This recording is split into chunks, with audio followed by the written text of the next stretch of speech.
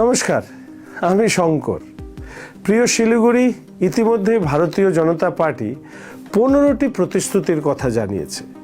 BJP সরকার এলে যে প্রতিশ্রুতিগুলো পালন করা হবে: 1.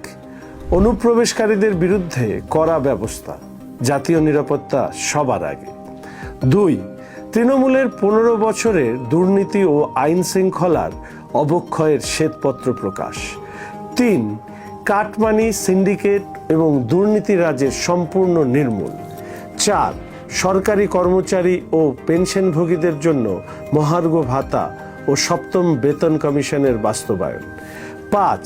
5 বছরে 1 কোটি চাকরি আর কাজ না পাওয়া পর্যন্ত বেকার যুবক যুবতীদের প্রতি মাসে 3,000 টাকা সহায়তা। 6. মহিলাদের নিরাপত্তা, দুর্গা স্কোয়াড, নিরাপদ বাংলা গড়ার অঙ্গীকার। 7.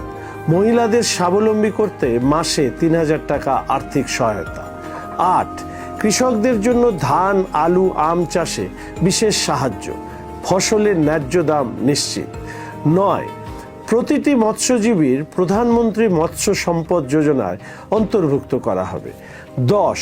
আইন প্রণয়নের মাধ্যমে প্রশাসনিক স্বচ্ছতা ও ন্যায় বিচার প্রতিষ্ঠা। 11. চা বাগানের উন্নয়ন, দার্জিলিং চায়ের বিশ্বজোড়া ব্র্যান্ডিং। 12. কুরমালি ও রাজবংশী ভাষাকে সংবিধানের 8ম তপশিলিতে অন্তর্ভুক্ত করার দাবি। 13. আয়ুষ্মান ভারত, সবার জন্য উন্নত স্বাস্থ্য পরিষেবা। 14.